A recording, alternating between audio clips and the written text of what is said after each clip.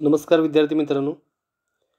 पाठिंबाच्या तासाला आपण चिटणीसाची कार्यपद्धती या विषयातील ठेवींची स्वीकृती आणि त्या ठेवींच्या स्वीकृतीच्या अटी ज्या आहेत ते त्यापैकी पहिल्या 7 ज्या अटी आहेत त्या अटी आपण अभ्यासलेल्या आहेत. आता आपल्याला 8वी अट जी आहे ते आपल्याला अभ्यासायची आहे. ते आहे परिपत्रक. 8वी जी काय अट आहे ते आहे परिपत्रक किंवा जाहिरात.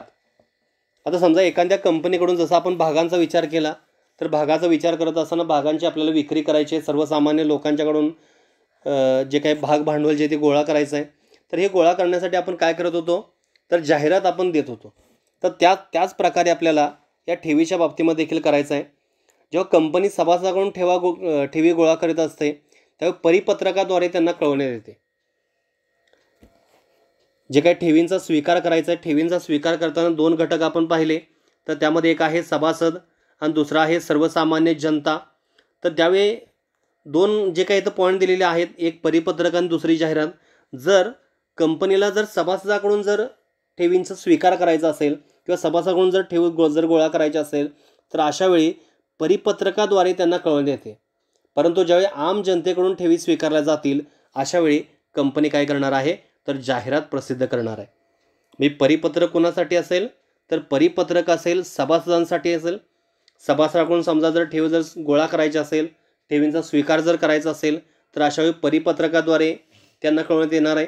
आणि आम जनता जी आहे ही सर्वसामान्य जनतेचा विचार आपण जर केला तर सर्वसामान्य जनतेकडून जर ठेवी स्वीकारायची असेल तर जाहिरातीद्वारे त्यांना कळवण्यात येतं किंवा त्यांना सांगण्यात येतं, ही जाहिरात प्रसिद्ध करण्यात येते.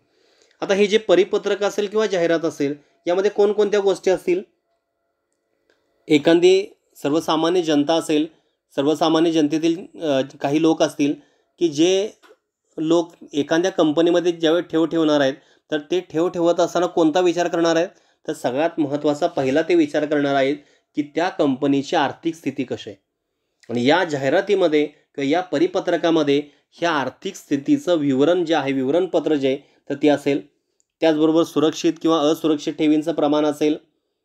पतमानांकन संस्थेकडून मिळालेलं पतमानांकनाचं जे काही पत्र असेल ते त्यामध्ये असेल. ठेव योजनेचं तपशील असेल. ठेव विश्वस्तांची नावं असतील आणि ठेव स्वीकारण्यात आलेल्या मागील ठेवीपैकी देय रक्कम जे या गोष्टीची माहिती जे ती माहिती या परिपत्रकामध्ये किंवा जाहिरातीमध्ये असेल. म्हणजे परिपत्रकाचा आणि जाहिरातीचा आपण जर विचार जर केला तर या परिपत्रक आणि जाहिरातीमध्ये कंपनीची आर्थिक स्थिती, सुरक्षित ठेवी, असुरक्षित ठेवी, पतमानांकन, ठेव योजनेचा तपशील किंवा देय रक्कम या सगळ्या गोष्टींची जी काही नोंद आहे ती नोंद त्यामध्ये असणार आहे. त्याचबरोबर दुसरा आपण भाग यामधला जर पाहिला तर नोंदणी अधिकाऱ्याकडे परिपत्रकाची अथवा जाहिरातीची नोंद करणे. समजा आपल्याला परिपत्रक द्यायचं आहे, सर्वसामान्य सभासदाकडून जर समजा जर ठेव जर गोळा करायची असेल तर त्या ठिकाणी आपल्याला परिपत्रक द्यावं लागतं. ज्याच्याकडून ठेव स्वीकारायचं असेल तर जाहिरात आपल्याला द्यावी लागते. पण ही जाहिरात किंवा हे देण्यासाठी हे जी नोंद करणं आवश्यक आहे. कुठं नोंद करणार आहे तर जे नोंदणी अधिकारी असतील तर ह्या नोंदणी अधिकाऱ्यांकडं ही नोंद करणं आवश्यक आहे. म्हणजे वरील जे काही तपशील आहेत आपण पाहिलं वरती तर वरील तपशिलासह परिपत्रक अथवा जाहिरात तयार केल्यानंतर त्याची एक प्रत नोंदणी अधिकाऱ्याकडे सादर करण्यात येते आणि त्यावर सर्व संचालकांच्या सह्या ज्या आहेत ह्या सह्या असणार आहेत. त्यातला तिसरा भाग आपण जर पाहिला तर परिपत्रकाची आपण नोंद केली. आता ते परिपत्रक किंवा जाहिरात जे आहे ही प्रसिद्ध आपल्याला करायची आहे. नोंदणी अधिकाऱ्याकडे परिपत्रकाची अथवा जाहिरातीची नोंद केल्यानंतर कंपनी फक्त 30 दिवसानंतर जाहिरात प्रसिद्ध करता येते. जर कंपनी सभासदाकडून ठेवी स्वीकारणे असेल तर त्यांना रजिस्टर पत्राद्वारे, स्पीड पोस्ट अथवा ईमेलद्वारे परिपत्रक पाठवले जाते. आम जनतेला जर ठेवी स्वीकारण्याबाबत आवाहन करायचे असले तर जाहिरात प्रसिद्ध करावी लागते. आणि ही जाहिरात प्रसिद्ध करताना देखील देशातील प्रमुख जास्त खप असणारी इंग्रजी वृत्तपत्रातून ही जाहिरात प्रसिद्ध करावी लागते. तसेच कंपनीचे नोंदणीकृत कार्यालय ज्या राज्यात आहे त्या राज्यातील प्रमुख प्रादेशिक भाषेतून जाहिरात प्रसिद्ध करणे देखील बंधनकारक असतं. म्हणजे ह्या पण जाहिरातीचा विचार आपण जर केला तर आपण नोंद केलेली आहे त्या नोंदणी अधिकाऱ्याकडं. आता नोंदणी अधिकाऱ्यांच्याकडं नोंद केल्यानंतर आपल्याला ही जाहिरात प्रसिद्ध करायची आहे. त्यासाठी जो काही कालावधी आहे हा 30 दिवसानंतर तुम्ही करू शकताय. जर सभासदांसाठी तुम्ही जर परिपत्रक जे आहे ते तिथे पाठवायचं असेल तुम्हाला तर तुम्ही रजिस्टर जे पत्र असेल त्याद्वारे पाठवू शकताय. स्पीड पोस्ट असेल त्याद्वारे करू शकताय किंवा ईमेलद्वारे देखील पाठवू शकताय. पण जर आम जनतेला तुम्हाला जर असं आव्हान जर करायचं असेल, जाहिरात जर द्यायची असेल, तर मात्र तुम्हाला जास्त पूर्तता करावी लागते. आणि ही जाहिरात प्रसिद्ध करताना देशातील प्रमुख जास्त खपाचं जे आहे, इंग्रजी जे वृत्तपत्र असेल तर त्या इंग्रजी वृत्तपत्रातून ही माहिती प्रसिद्ध करावी लागते. त्याचबरोबर ती जे नोंदणीकृत तुमची जी काही कंपनी आहे, त्या कंपनीचं नोंदणीकृत कार्यालय ज्या राज्यामध्ये आहे, त्या राज्यातील प्रादेशिक भाषेतून देखील ही जाहिरात जी आहे ही त्या ठिकाणी प्रसिद्ध करणं बंधनकारक असतं. आणि ही जाहिरातीची जी काही मुदत आहे, परिपत्रक अथवा जाहिरातीची वैधता ही वार्षिक सर्वसाधारण सभा झाल्यानंतर किंवा आर्थिक वर्षाच्या समाप्तीनंतर 6 महिन्यासाठी ग्राह्य धरण्यात येते. ही जी काही जाहिरात केली असेल, जे परिपत्रक पाठवलं असेल, हे किती दिवसासाठी आहे, तर हे 6 महिन्यासाठी ग्राह्य धरण्यात येते. परंतु या दोन्ही तारखेपैकी जी तारीख अगोदर असेल ती विचारात घेतली जाईल. म्हणजे एकतर सर्वसाधारण सभा झाल्यानंतर 6 महिने असतील किंवा आर्थिक वर्ष संपल्यानंतर 6 महिने असेल, ह्यापैकी जी अगोदर घडेल तर त्यावेळी ती मुदत जी आहे ती मुदत संपणार आहे. तर अशा प्रकारे आपण हा पॉईंट पाहिलेला आहे. जाहिरात किंवा परिपत्रक ह्यातले काही महत्त्वाचे घटक लक्षात घ्या, की जाहिरात जी आहे ही कोणासाठी असेल, आम जनतेसाठी असेल. परिपत्रक हे कोणासाठी असेल, सभासदांसाठी असेल. हे जाहिरात किंवा परिपत्रक जाहिरात किंवा परिपत्रकाच्या अगोदर नोंदणी करावी लागणार आहे. नोंदणी केल्यानंतर 30 दिवसामध्ये ती जाहिरात तुम्हाला प्रसिद्ध करता येते 30 दिवसानंतर. आणि ती जर सभासदांचं जर समजा तुम्हाला परिपत्रक पाठवायचं आहे तर तुम्ही रजिस्टर पोस्ट करू शकताय, स्पीड पोस्ट करू शकताय, ईमेल करू शकताय. पण जर तुम्हाला सर्वसामान्य जनतेला जर आव्हान जर करायचं असेल तर देशातील सर्वाधिक खपाचं इंग्रजी वृत्तपत्रामध्ये ती जाहिरात तुम्हाला प्रसिद्ध करायची आहे. आणि दुसरं म्हणजे काय, की तुमचं कार्यालय जे आहे हे ज्या राज्यामध्ये आहे त्या राज्यातील प्रादेशिक भाषेमध्ये देखील तुम्हाला ती जाहिरात जी आहे ती प्रसिद्ध करावी लागणार. आणि ह्या जाहिरातीची मुदत किती असेल तर 6 महिन्याची असेल, जी सर्वसाधारण सभा झाल्यानंतर 6 महिने असेल किंवा आर्थिक वर्ष संपल्यानंतर 6 महिने असेल. यापैकी जे अगोदर घडेल तर ते आपण लक्षात घ्यायचं आहे. तर अशा प्रकारे हा आपण 8वा पॉईंट पाहिलेला आहे, जाहिरात. त्यानंतर 9वा आहे ठेव विश्वस्तांची नियुक्ती. जसं कर्ज रोख्यांसाठी आपण पाहिलं, कर्ज रोख्यांसाठी देखील आपल्याला समजा 500पेक्षा जास्त कर्ज रोख्यांची विक्री करायची, तर अशा वेळी विश्वस्तांची नियुक्ती करणं आवश्यक असतं. भागांच्या बाबतीमध्ये देखील आपण पाहिलेलं आहे. तर तसा जो काय भाग आहे तो ठेव विश्वस्तांची आवश्यकता असेल. जेव्हा पात्र कंपनी आणि सार्वजनिक कंपन्या ठेवी स्वीकारत असतात, अशा ठेवींना एक सुरक्षितता मिळावी यासाठी कंपनी एक किंवा अनेक ठेव विश्वस्तांची नेमणूक करते. जेव्हा ठेव रक्कम परत करण्यास कंपनी असमर्थ ठरल्यास ठेवीदारांच्या ठेवीची रक्कम परत करण्यासाठी ठेव विश्वस्त मदत करतात, म्हणजेच ठेवीदारांच्या हिताचे रक्षण करतात. हे ठेव विश्वस्त कशासाठी आहेत, तर हे ठेव विश्वस्त आहेत ठेवीदारांच्या हिताचे रक्षण करण्यासाठी. पात्र कंपनीमध्ये किंवा सार्वजनिक कंपनीमध्ये ज्यावेळी ठेव ठेवली जाणार आहे तर त्या ठेवीची एक सुरक्षितता राहावी यासाठी एक किंवा अनेक ठेव विश्वस्तांची नियुक्ती जी ती नियुक्ती केली असणार आहे. जेव्हा एखादी कंपनी ठेव रक्कम देण्यास जर असमर्थ असेल तर अशा वेळी ठेव विश्वस्तांची भूमिका महत्त्वाची आहे. किंवा ठेव विश्वस्त ठेवीदारांना एक विश्वास निर्माण करून देतात. थोडक्यामध्ये एक हमी पूर्णपणे घेणार नाहीत, पण मदत करण्याचं जे काय काम आहे हे काम हे ठेव विश्वस्त करू शकतात. त्यांच्या हिताचं रक्षण ते करणार आहेत. परिपत्र किंवा जाहिरात प्रसिद्ध करण्यापूर्वी 7 दिवस अगोदर ठेव विश्वस्ताबरोबर विश्वस्त करार करावा लागतो. विश्वस्त करार कोणाबरोबर करावा लागणार आहे, तर ठेव विश्वस्ताबरोबर. ठेव विश्वस्त कोण आहेत, तर ठेवीदारांच्या हिताचे रक्षण करण्यासाठी त्यांची नियुक्ती केली जाणार आहे. आणि यांची नियुक्ती कधी करायची आहे, तर परिपत्रक किंवा जाहिरात प्रसिद्ध करण्यापूर्वी 7 दिवस अगोदर ही नियुक्ती करायची आहे किंवा हा करार करायचा आहे. ठेव विश्वस्त हा स्वतः किंवा एकूण ठेवीदारांच्या 1 ठेवीदारांनी मागणी केल्यास अथवा ठेवीची परतफेड करण्यास कंपनी असमर्थ ठरल्यास ठेव विश्वस्तांची किंवा ठेव विश्वस्तास ठेवीदारांची सभा बोलवण्याचा किंवा भरवण्याचा अधिकार असतो. आता ठेव विश्वस्तांचं भूमिका महत्त्वाची काय आहे, तर एखादी कंपनी ठेव जी काही रक्कम आहे ती रक्कम परत करण्यास असमर्थ जर असेल तर त्या ठेवीची रक्कम परत करण्यासाठी ठेव विश्वस्त मदत करणार आहेत. आणि अशा वेळी हे जे ठेव विश्वस्त आहेत हे स्वतः किंवा एकूण ठेवीदाराच्या 1 ठेवीदारांनी मागणी केल्यास अथवा ठेवीची परतफेड करण्यास कंपनी जर असमर्थ असेल तर अशा वेळी ठेवीदारांची सभा बोलवण्याचा किंवा सभा भरवण्याचा अधिकार जो आहे हा अधिकार ह्या ठेव विश्वस्तांना असणार आहे. त्यामुळे ठेव विश्वस्त जे आहेत ही या ठेवीदारांच्या बाबतीमध्ये एक रक्षणकर्ता म्हणून देखील आपण त्या ठेवी विश्वस्तांची भूमिका आहे असं म्हणू शकतो. त्यानंतर त्या पुढचा आहे पॉईंट 10वा, मालमत्तेवर बोजा किंवा तारण निर्माण करणे.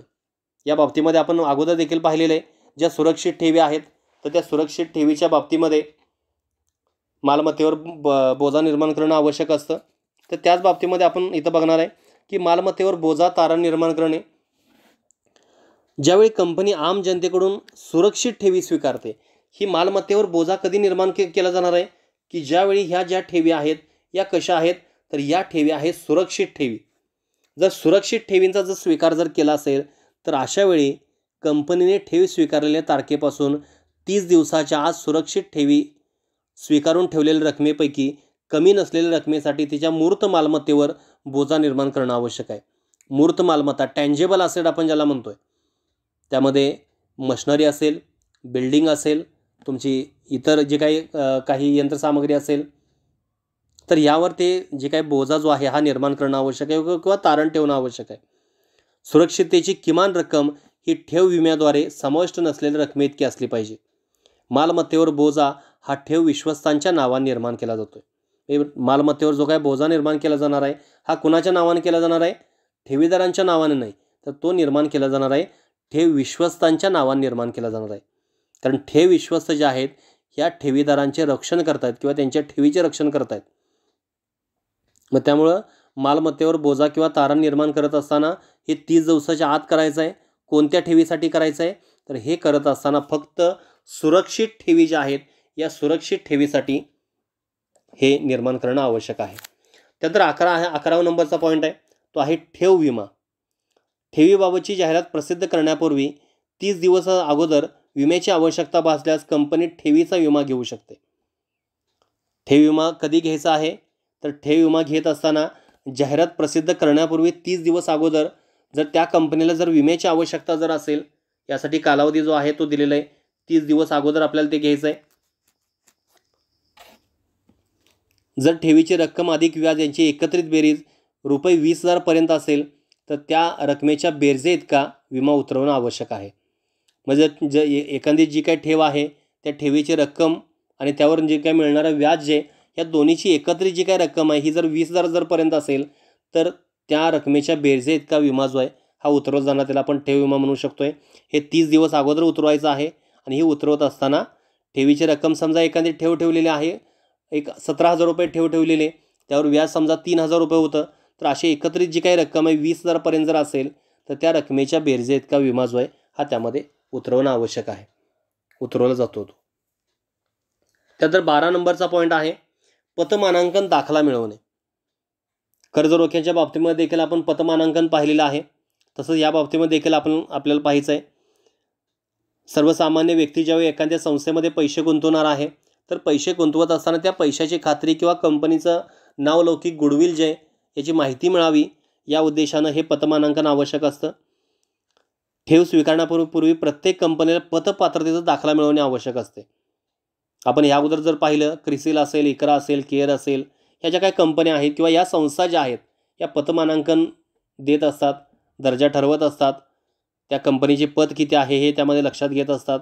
तर त्या बाबतीमध्ये हे सांगितले की ठेवीचे परिपत्र किंवा ठेवीची जाहिरात प्रसिद्ध करत असताना त्यात त्याचा उल्लेख किंवा त्यात त्याचा स्पष्ट उल्लेख करणं आवश्यक आहे. एखाद्या कंपनीमध्ये तुम्ही ज्यावेळी पैसे गुंतवणार आहे तर त्या कंपनीचे पत जे आहे, पतपात्रता जी आहे, आपण गुंतवलेले पैसे आपल्याला रिटर्न मिळावेत या संदर्भामध्ये असणारी जी काही पात्रता आहे ही पात्रता किती आहे याचा जो काही दाखला आहे किंवा ती जे काही त्यांना पतदर्जा जो काय दिलेला आहे हा पतदर्जाची नोंद त्या जाहिरातीमध्ये असणं आवश्यक आहे. त्या परिपत्रकावर देखील ती नोंद असणं आवश्यक आहे की जेणेकरून सर्वांना त्या कंपनीच्या आर्थिक स्थितीबद्दल माहिती जी ती लक्षात येईल. मग कंपनीची निव्वळ संपत्ती किती आहे, आर्थिक स्थिती, ठेव रक्कम, वेळेत परत करण्याची क्षमता इत्यादीनुसार कंपनीला पतमानांकन दिलं जातं. हे पतमानांकन कसं मिळणार आहे की तुमचे या अगोदर केलेले तुम्ही जे काही व्यवहार आहेत, तुमची एकूण संपत्ती किती आहे, आर्थिक स्थिती तुमची किती आहे, त्याचबरोबर काही समजा ठेवीदारांनी तुम्हाला तुमच्याकडे रक्कम जमा केलेली आहे तर ती तुमची परत देण्याची पात्रता आहे का, तर या सगळ्यांचा विचार केला जातो आहे आणि त्यानुसार तुम्हाला काय केलं जातं ते पतमानांकन दिलं जातं. आणि कंपनीला पतमानांकन दाखला दरवर्षी ठेवीच्या मुदती अखेरपर्यंत घेणं आवश्यक आहे. त्यानंतर 13 नंबरचा जो काही पॉईंट आहे त्या पुढचा, ठेव परतफेड राखीव निधी खातं उघडणं. ठेव परतफेड राखीव निधी खातं जे आहे हे कर्जरोख्यांसाठी देखील उघडलं जात होतं. त्याच बाबतीमध्ये इथं देखील सांगितलेलं आहे, ठेव रक्कम स्वीकारणाऱ्या प्रत्येक कंपनीस ठेवीची रक्कम परत करण्यासाठी सूचित बँकेमध्ये स्वतंत्र ठेव परतफेड निधी खातं उघडावं लागतं. ज्या ज्या लोकांनी आपल्या व्यवसाय संस्थेमध्ये पैसे गुंतवलेले आहेत, ठेवीच्या स्वरूपामध्ये पैसे ठेवलेले आहेत, तर त्यांना काय करायचं आहे, तर त्या ठेवीची त्यांना परतफेड करायची आहे. तर ही ठेवीची परतफेड करण्यासाठी एखाद्या विशिष्ट किंवा सूचित जी काय बँक आहे त्या बँकेमध्ये एक स्वतंत्र खातं उघडावं लागतं आणि त्या खात्याचं नाव असेल ठेव परतफेड राखीव निधी खातं. या खात्याला त्या आर्थिक वर्षात परतफेड करायच्या एकूण रकमेच्या 20% रक्कम जी आहे हे दरवर्षी 30 एप्रिल किंवा त्यापूर्वी वर्ग करणं आवश्यक आहे. ज्या ज्या लोकांच्याकडून त्यांनी पैसे घेतलेले आहेत ठेवीच्या स्वरूपामध्ये, तर एकूण रकमेच्या 20% रक्कम ही प्रत्येक 30 एप्रिलपूर्वी त्या खात्यामध्ये वर्ग करणं आवश्यक आहे. आणि त्या खात्यातील रकमेचा विनियोग केवळ ठेवींची परतफेड करण्यासाठीच केला जातो आहे. म्हणजे त्यामध्ये जी काही रक्कम असेल या रकमेची परतफेड कशी करायची आहे, कशासाठी करायची आहे, तर ज्या ज्या लोकांनी ठेवलेले त्यांचेच पैसे रिटर्न देण्यासाठी त्याचा वापर जो आहे हा वापर त्यामध्ये करायचा आहे. त्यामुळे ते लक्षात घ्या महत्त्वाचं, की ठेव परतफेड राखीव निधी खातं. बघा आतापर्यंत आपण जर पाहिलं तर या तासाला आपण एकूण 5 ते 6 पॉईंट जे आहे ते आपण अभ्यासलेले आहेत. पॉईंट्स थोडेसे मोठे पॉईंट आहेत त्यामध्ये आपण जर पाहिलं सगळ्यात महत्त्वाचं आपण जर यामध्ये लक्षात जर घेतलं तर परिपत्रकाचा आपण अभ्यास केला. त्यानंतर ठेव विश्वस्त जे आहे, ठेव विश्वस्तांची नियुक्ती, मालमत्तेवर बोजा निर्माण करणं, ठेव विमा, पतमानांकन दाखला मिळवणं, ठेव परतफेड राखीव निधी खातं उघडणं, इथंपर्यंतचा जो काय अभ्यास आहे तो अभ्यास आपण आता केलेला आहे. आता यानंतरचे जे काय पॉईंट्स आहेत या पुढच्या तासामध्ये आपले होतील. म्हणजे पॉईंट्स एकूण 20 आहेत. पॉईंट जास्त असल्यामुळं थोडासा वेळ जो आहे हा वेळ यासाठी जास्त लागतो आहे. बघा पुढचा जो काय तास आहे त्या पुढच्या तासाला आपण एकूण 14 ते 20 असे पॉईंट जे आहेत ते पॉईंट्स आपण अभ्यासणार आहे. Okay, thank you.